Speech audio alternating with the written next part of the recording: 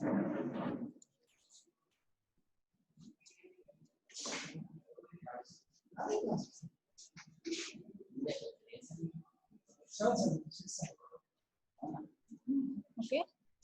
Good morning, class.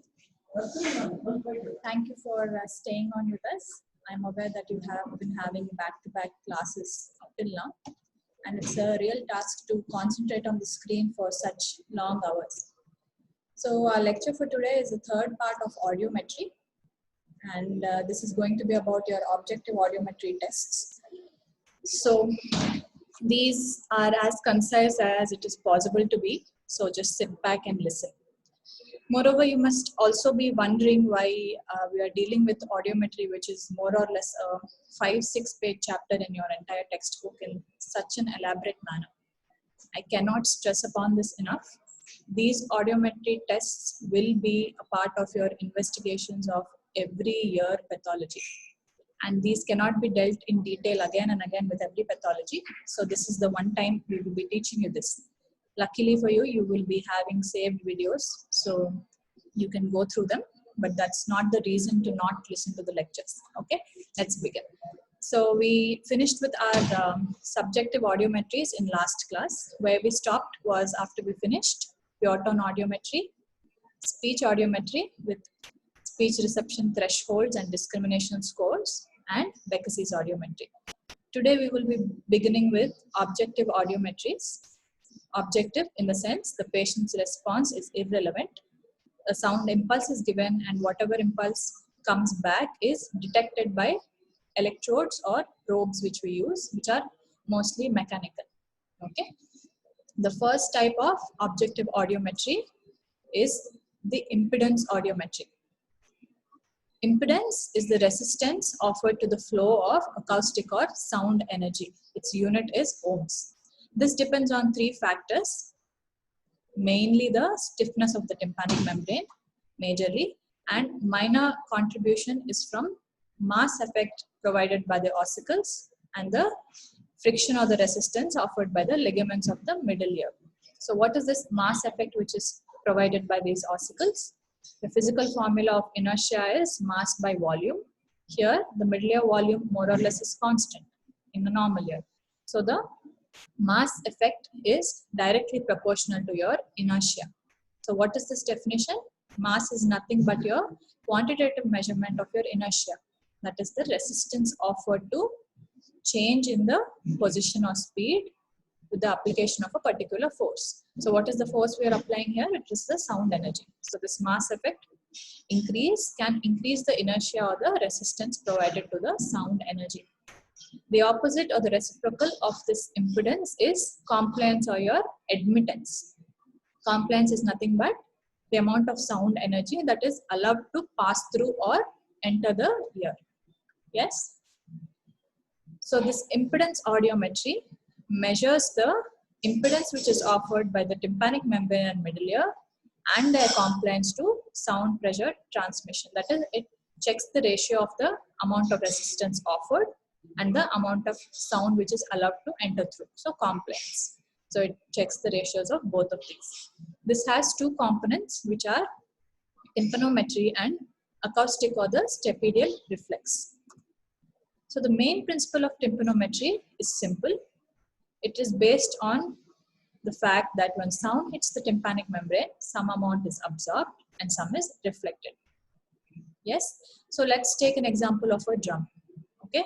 So whatever is mentioned here in red to explain this, a less compliant or a more stiff tympanic membrane reflects more sound.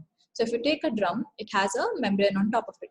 The more stiff the membrane of the drum, the more sound you can hear from the drum. So that is the same principle here. So more stiff the tympanic membrane, more is the sound reflected. More stiff the tympanic membrane, the meaning is that it is less compliant. So your impedance and compliance are inversely proportional to each other. When resistance increases, compliance decreases. Yes. So how do we do this test? The pressure in a sealed external auditory canal is changed and the reflected sound energy is measured to find the compliance or stiffness of the tympano-ossicular system. So essentially what we are doing here is that we're trying to match the pressure of the middle ear in the external auditory canal. So you can read the last sentence here. You get the maximum compliance, that is maximum admittance of air through the ear when the air pressure is equal in the middle ear and the external auditory canal. So when we equate the air pressure behind and outside the tympanic membrane, that is in the middle ear and the external auditory canal, that is when you can get the highest compliance. So what we do in tympanometry is that serially we change the pressure and the compliance is noted at each point. So when the pressure in the middle ear is equated with the pressure in the external auditory canal at one point, you get the maximum peak of the graph. So how do we plot this graph? The compliance of the tympano-ossicular system against various pressure changes is charted in a graph called as a tympanogram. So this is the tympanometry probe which we use for detection. This has 3 channels. One channel is an oscillator which produces a pure tone at a frequency of 220 Hertz. Then we have an air pump which is responsible for causing pressure changes. And the third channel is a microphone which picks up the reflected sound. So what you are supposed to concentrate here upon is, let's take an adult. In an adult, the normal middle ear pressure varies from plus 100 to a minus 100 decapascal, and the compliance is somewhere between 0.5 to 1.75. This is in a normal physiological ear without any pathologies. So the procedure of this tympanometry is that a probe is placed in the ear, a vacuum seal is made so that there is no pressure leak or sound leak. Firstly, an inducing pressure of plus 200 decapascals is given, and the pressure is serially reduced to plus 100, then to 0, minus 200, and minus 100 and 200. And the compliance at various pressures is noted down. This is recorded in a tympanogram with pressure on the x-axis, an independent factor, and compliance on the y-axis, a dependent factor. So compliance at each of these changed pressures is noted and it is plotted on a graph.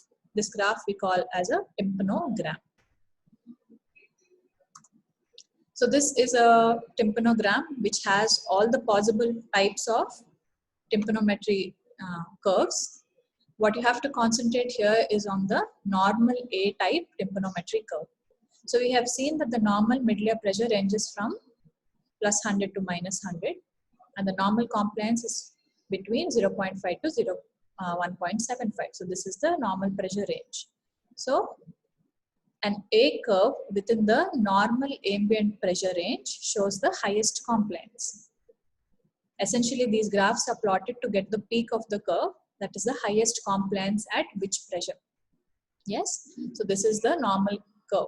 You don't see all these curves in one single graph. We see them separately, but this is the graph which you have to draw in your exams, representing all the curves. Impedance audiometry is a 4 marks question and each curve could be a 2 marks question. Essentially, audiometry does not have any essays except for maybe cochlear implants and hearing aids. So from audiometry, more often than not, you get either 4 marks or 2 marks questions, which are the most scoring. Yes. So you have to draw this diagram for your exam with all the curves and explain these specific curves. We'll come back to this. So the next type of curve is an AS curve. In each of these diagrams, there is a comparison between the defective curve and your normal A curve. Okay, so the normal A is between your near normal ambient ear pressures, minus 100 to plus 100, and between 0.5 to 1.75 pressures. So this is your normal A. This AS curve is, the compliance is lower at near ambient air pressure. That is, you see a low compliance within a normal pressure range.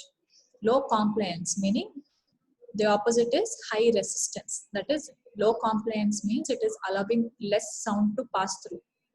And the opposite, it also means it is offering more resistance to passage of sound. So this is seen in conditions of otosclerosis, malleus fixation, tympanosclerosis, congenital fixation of footplate of stapes, osteoarthritis of inguinalomalleolar joint, and in a thick graft meringoplastic. Okay, there is increase of mass factor like we have discussed. The next is your AD curve.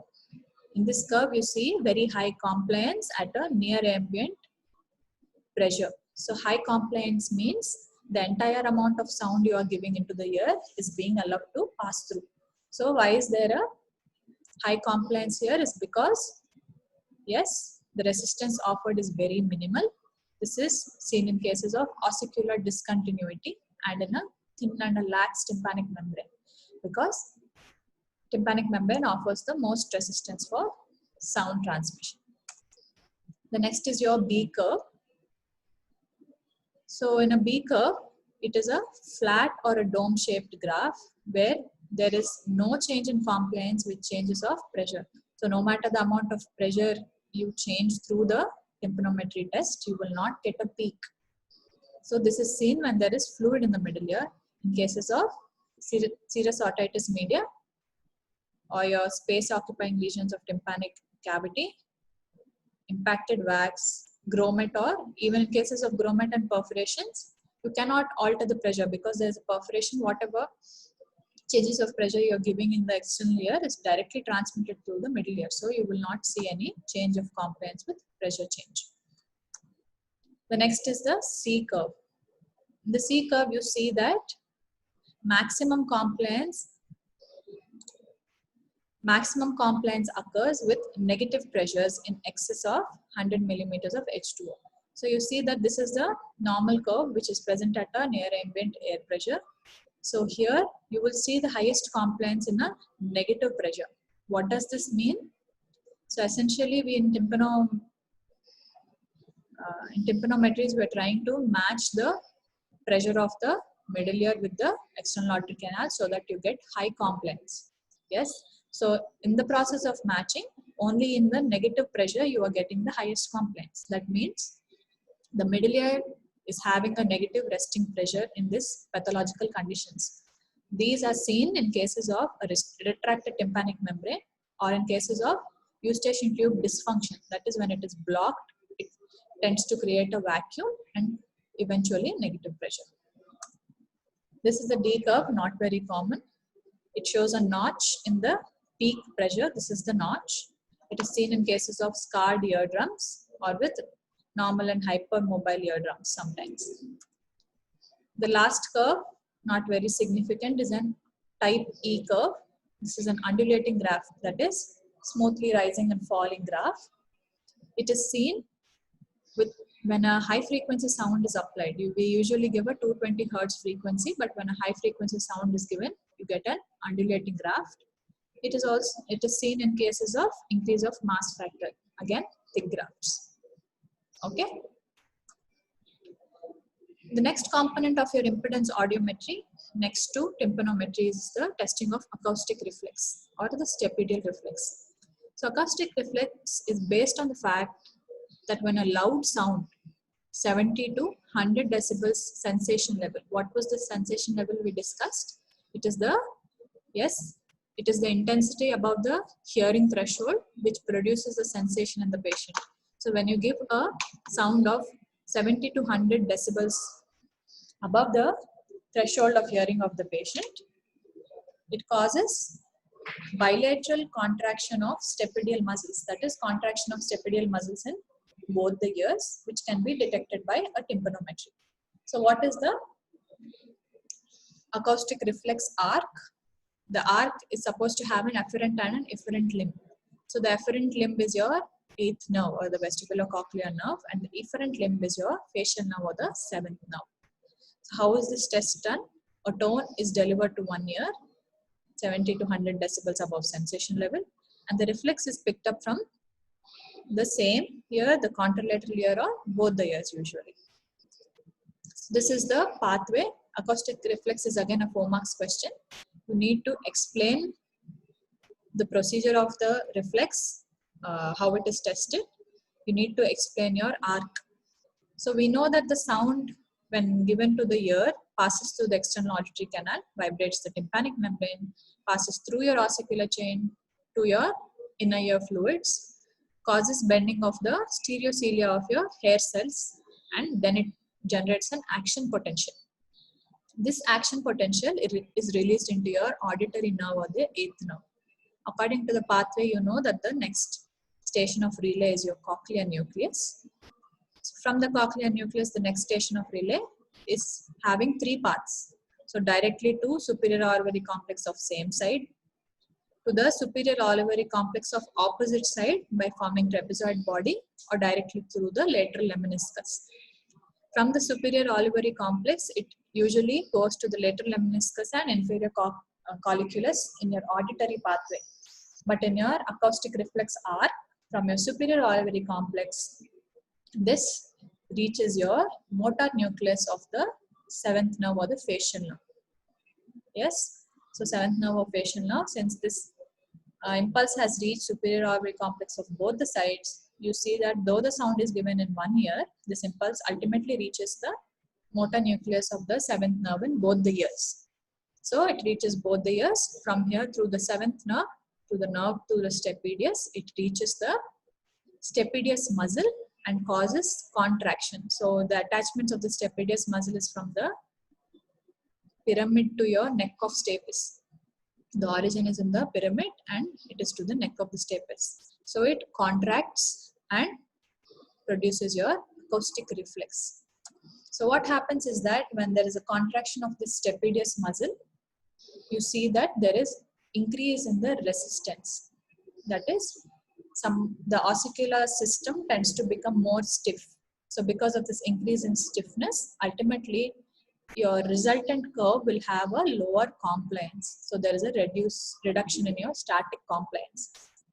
Static compliance is nothing but your difference between the maximum and the minimum compliance. So throughout the changes of pressure, it is the difference between the maximum and your minimum compliance. So what are the applications of this acoustic reflex? Acoustic reflex can be used as an objective hearing test in infants and malingerers. Infants, of course, because you cannot subject them to subjective hearing tests as the responses are not consistent, cannot be given rather. And in cases of functional hearing loss, that is, malingerer is nothing but a person who is feigning hearing loss, does not have it, but for medical legal purposes or whatever purposes, he is feigning them. Yes, so a malingerer can be tested for the presence of acoustic reflex.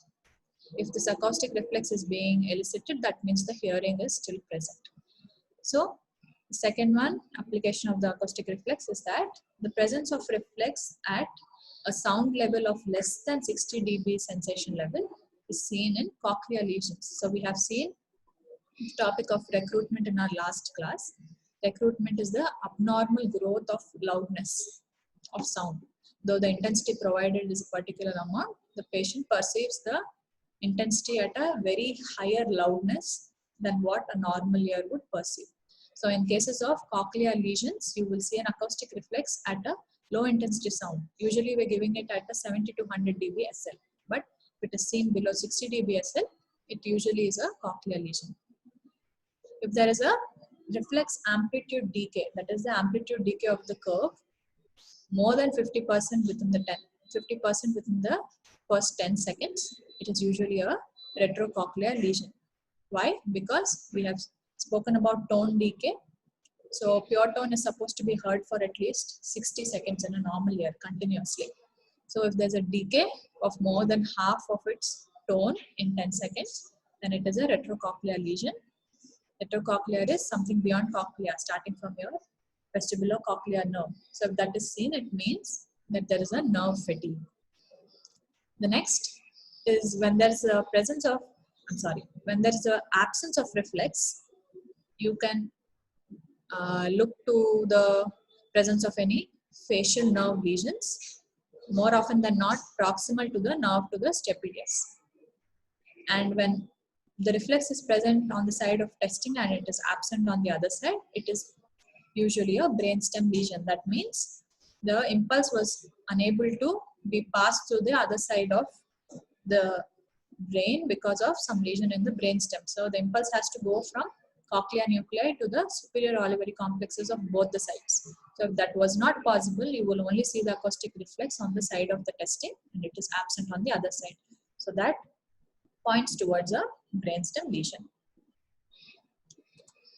So this is how you see the presence of acoustic reflexes. And this is the absence of acoustic reflex. So another component of your impedance audiometry can help with the testing of the eustachian tube function. So these tests vary with the presence of any pathologies in the tympanic membrane. There are two different kinds of tests, one for your intact tympanic membrane and one for a perforated one. So in an intact tympanic membrane, we do a Williams test. So here, the audiometer is programmed to measure the pressure changes at the beginning of the test when the patient swallows and after the patient performs Valsalva. So what happens is you are putting the probe in the ear and you're causing a particular pressure change. So let's say that I've given some positive pressure. Let's say I've given a 200 decapascal positive pressure in the ear. Yes. So, or instead of that, you can just put the probe in the ear and just check the pressures. So the pressure in the middle ear should be equal to the pressure in the external auditory canal, or it should be near normal in a resting state. That is a normal middle ear pressure. So when you swallow, the eustachian tube tends to open and close back again. So because of the sudden closing, it causes negative pressure in the ear. So that will be detected with swallowing. And when you perform a Valsalva test, what is a Valsalva test? You close your nose, close the mouth, and then you swallow at a time. When you do that, you are forcefully pushing air from your nasopharynx into the ear. So some amount of positive pressure is pushed into the ear. So if the eustachian tube was functioning normally, so with swallowing, the pressure should become negative. With performing Valsalva, the pressure should become positive.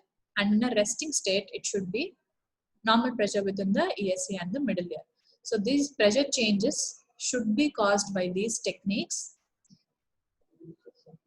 and maneuvers. And if it is not caused, then more often than not, there is a eustachian tube dysfunction. So this is how we test when there is an intact tympanic membrane. Whereas when there is a perforated tympanic membrane, we use a Toynbee's test. So how do we do this? The audiometer is programmed to increase or decrease pressure in the middle ear and then measure the pressure changes each time the patient swallows. So here, let's say that we have given a plus 300 decapascal pressure in a patient. So when I have increased the pressure in the external auditory canal, because there is a perforation, this pressure is transmitted into the middle ear. So now the middle ear pressure has become a plus 300 decapascal. So when the patient swallows, the eustachian tube is supposed to open and close. So with each opening, yes, the pressure in the ear is allowed to more or less equate with the pressure in the nasopharynx. That is the function of your eustachian tube. Okay, the function is to balance the pressure of your middle ear with that of your nasopharynx. Yes, so within 5 swallows, if the pressure in the ear falls back to normal in the perforated ear, so I have given a plus 300, within 5 swallows, the pressure has come back to normal. If that happens, then I will call this a normal patent eustachian tube. If the pressure takes more than 5 swallows, doesn't by 5 swallows, but takes more than 5 swallows, but still comes back to normal, then I will call it a partial dysfunction. Whereas if it doesn't fall or change on swallowing and the pressure, what the positive pressure I have given inside is being still maintained, then it is a proper eustachian tube dysfunction. So this is the test. So with each, I have given a 300 pressure. The pressure should come back to a normal level of plus 100 to minus 100. So it does not, sometimes it can be equated by 2 swallows or 3 swallows in a normal patient. So we give a limit of 5 swallows. So within 5 swallows, if it is not coming back to normal, then it is a eustachian tube dysfunction. So this is your Toynbee maneuver. Yes.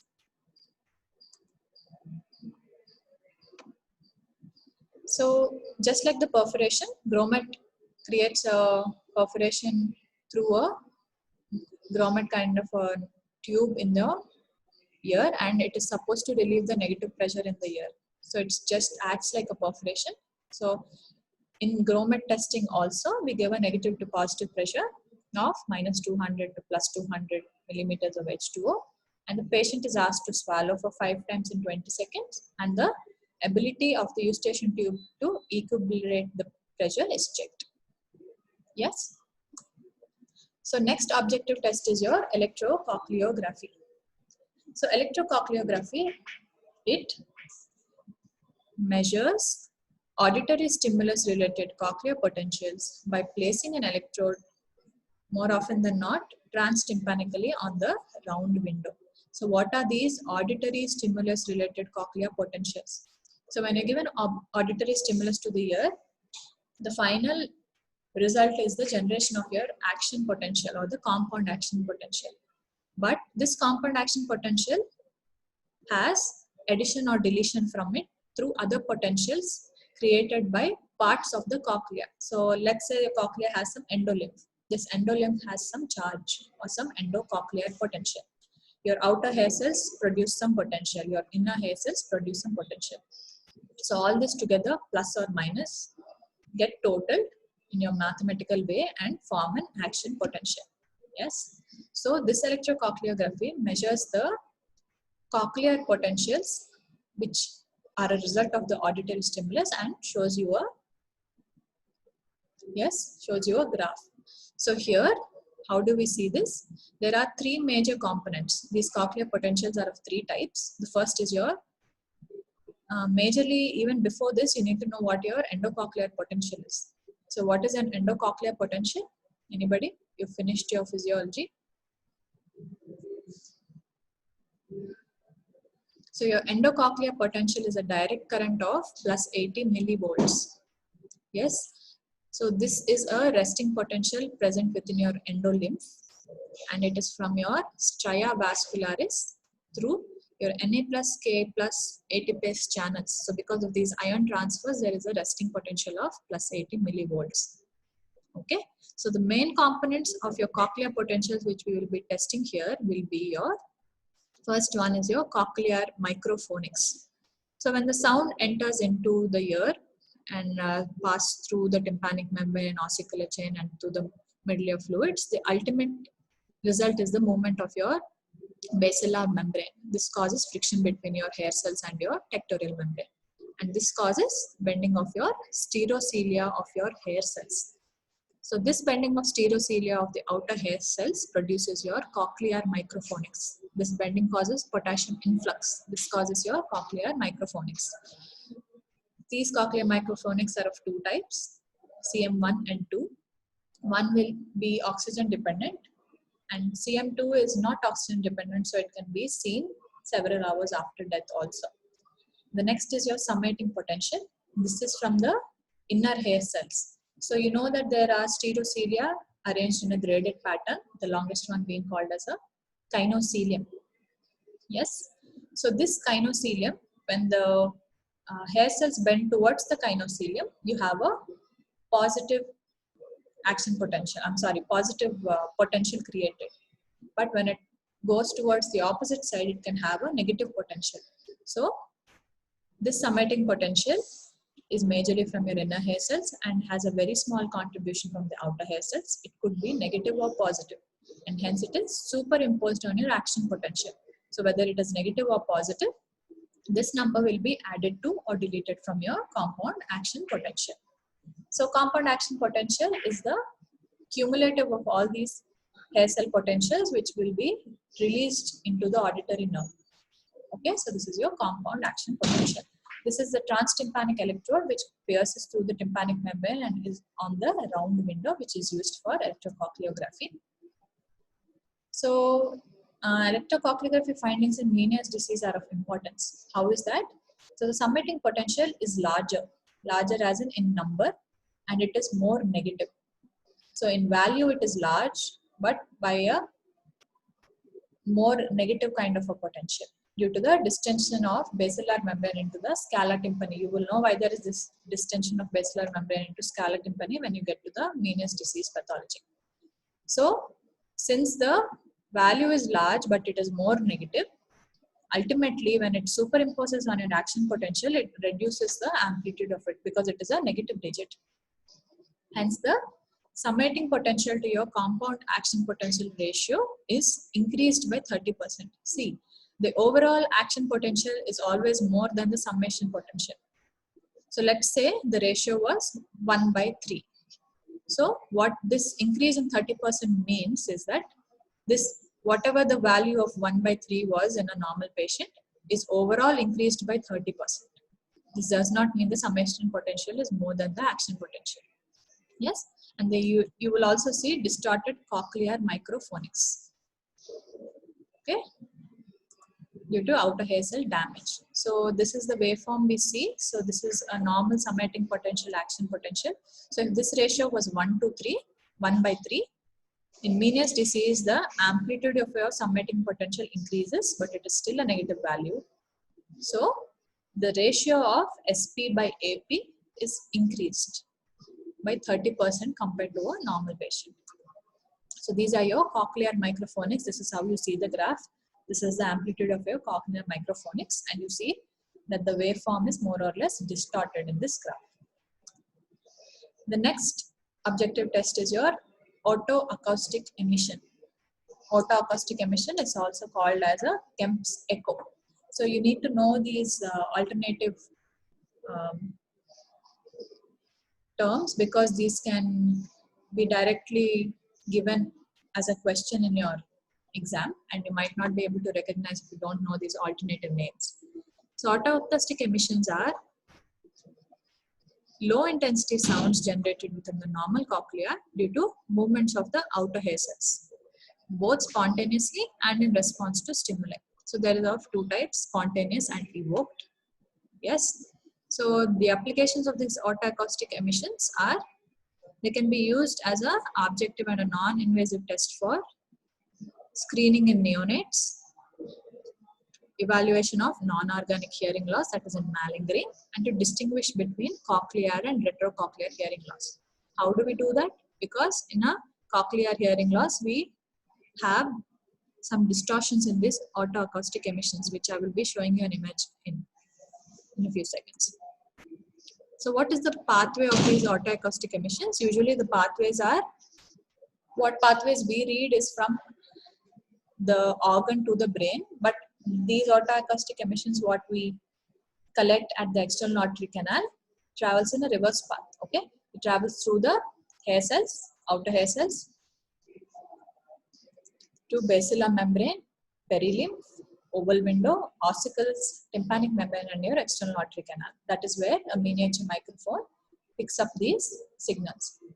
So this interpretation can diagnose the damage to your outer hair cells, which is seen in cases of ototoxicity or noise-induced traumas.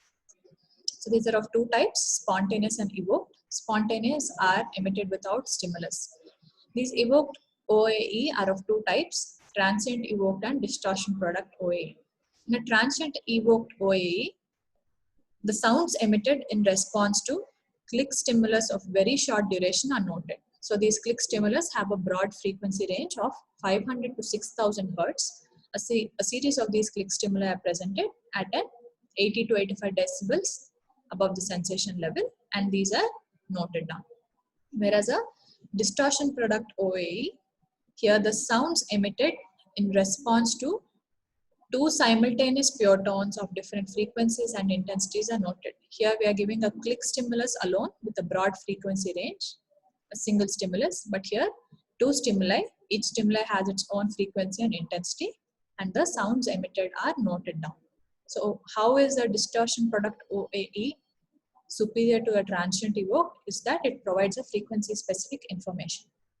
Yes, and there's also a sustained frequency OAE. Here the sounds emitted in response to a continuous tone are checked.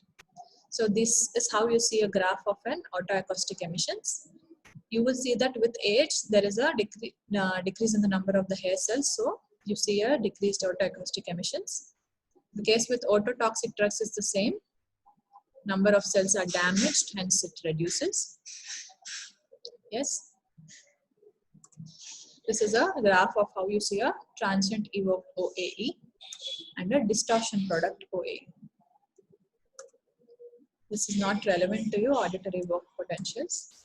So next we can go to BERA, brainstem evoked response audiometry. This is a very important 4 marks question, and parts of its interpretation could be 2 marks also. Yes, so please pay attention.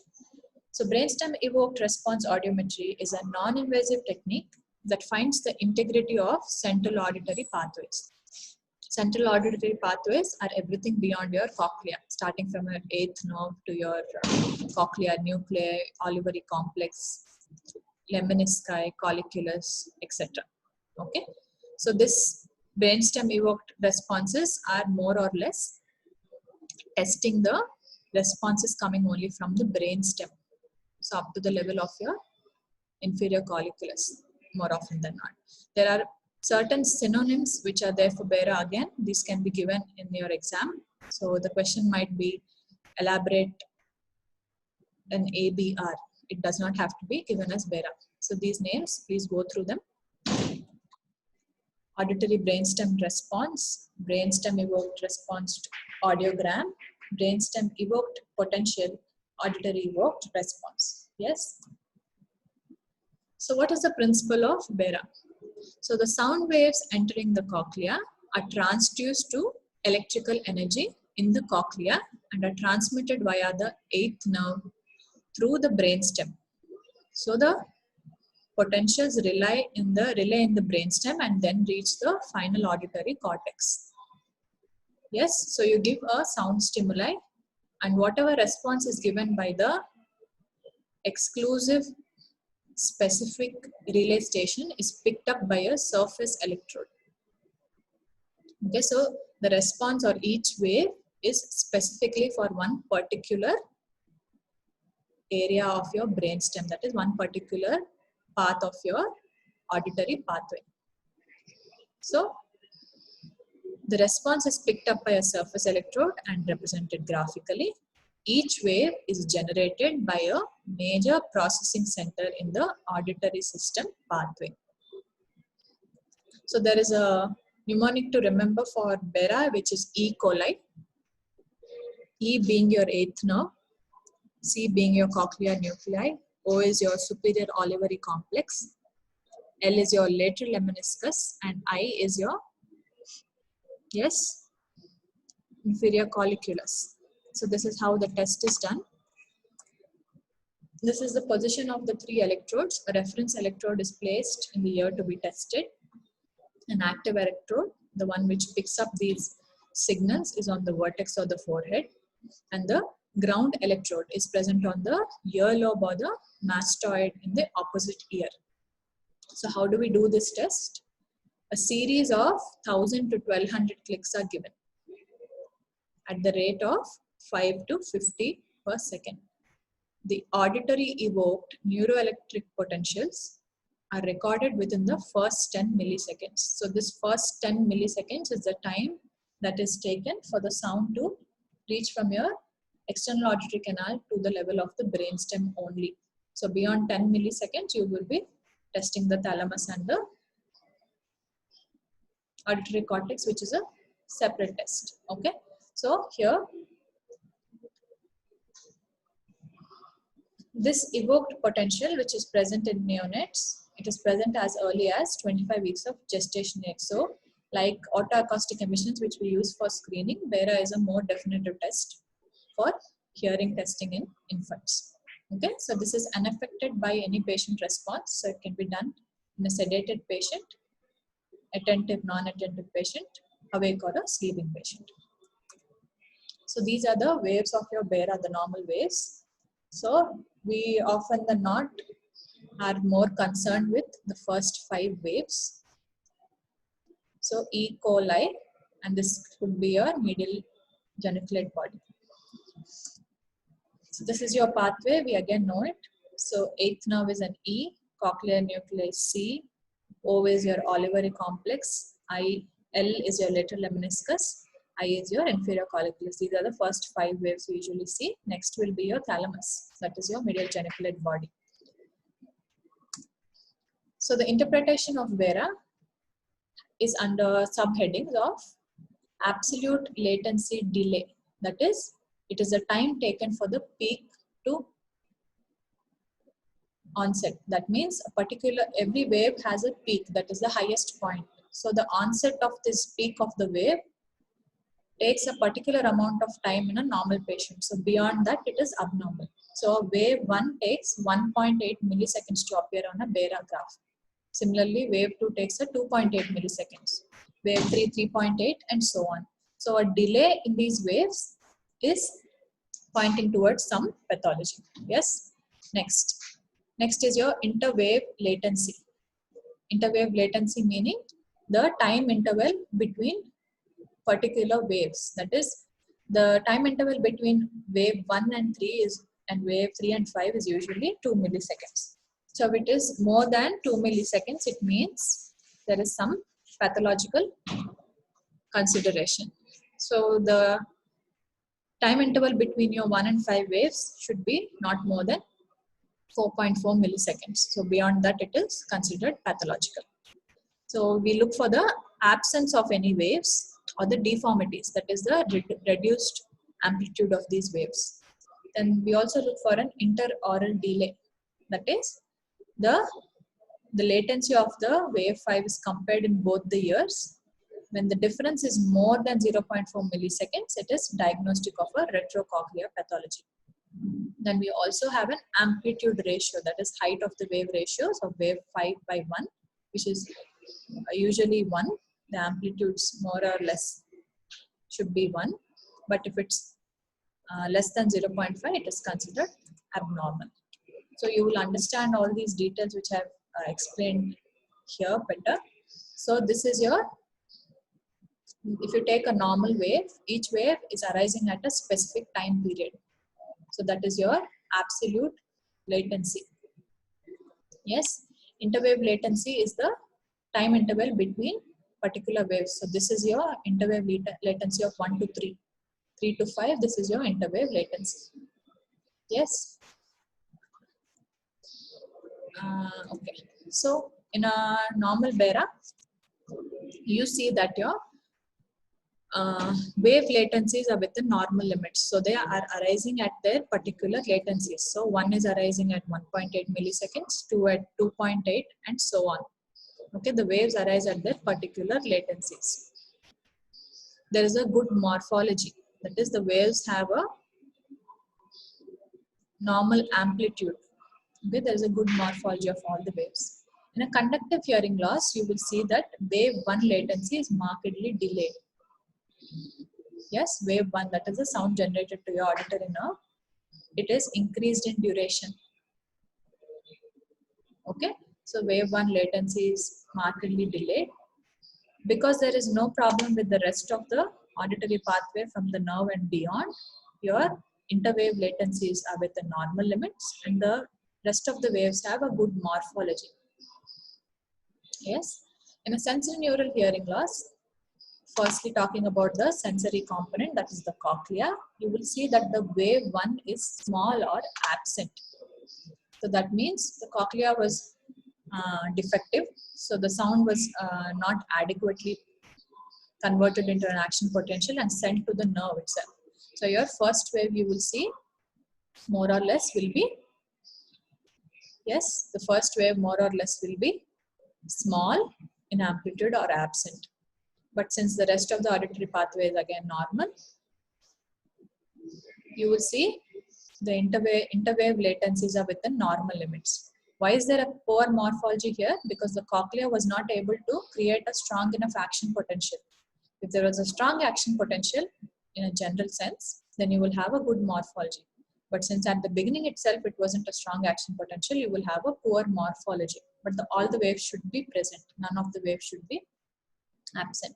So in a neural hearing loss, you will see that the wave 1 is normal. So cochlea was normal, so the amount of potential generated into the nerve was normal. Because of some defects in transmission beyond that, which we call as a neural hearing loss, you will see that the interwave latencies, that is the gap between each of the waves, is delayed, and more or less again there is poor morphology. So poorer the morphology of the particular wave, more is the presence of pathology closer to that area.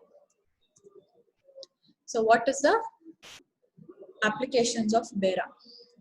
So the applications of BERA here are, it is used to test the hearing threshold for uncooperative patients and in malingerers. So how do you test the hearing potential? In an uncooperative patient, we usually sedate them and do a BERA for them. You get a direct value.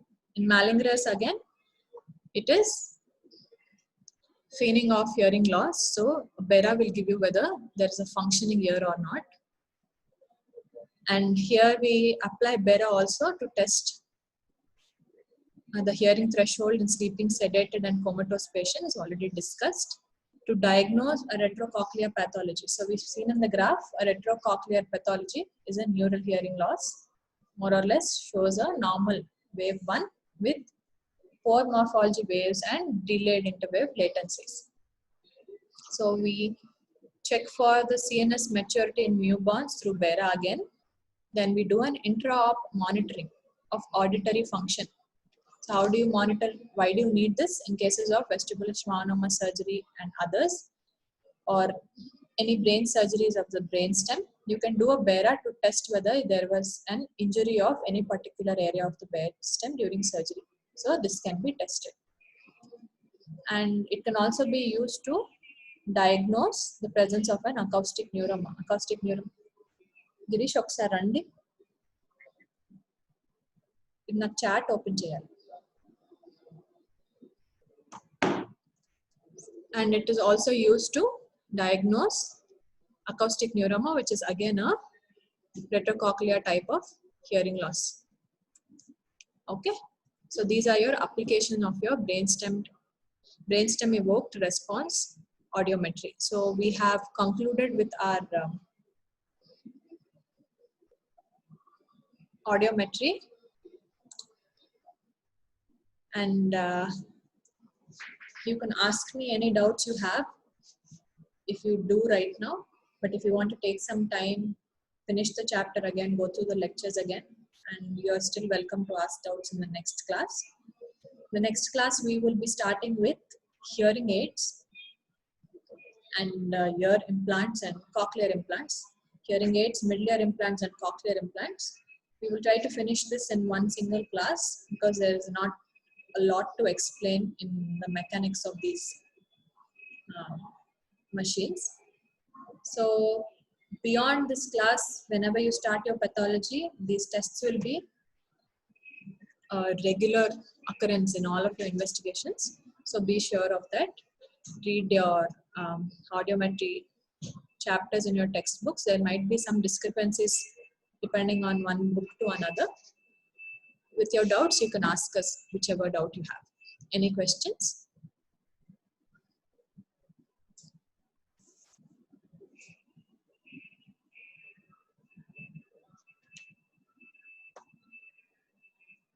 The chat is open, so you can ask me questions.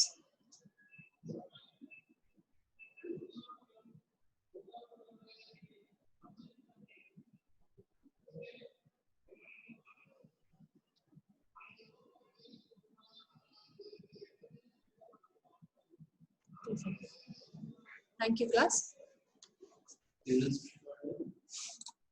Stop just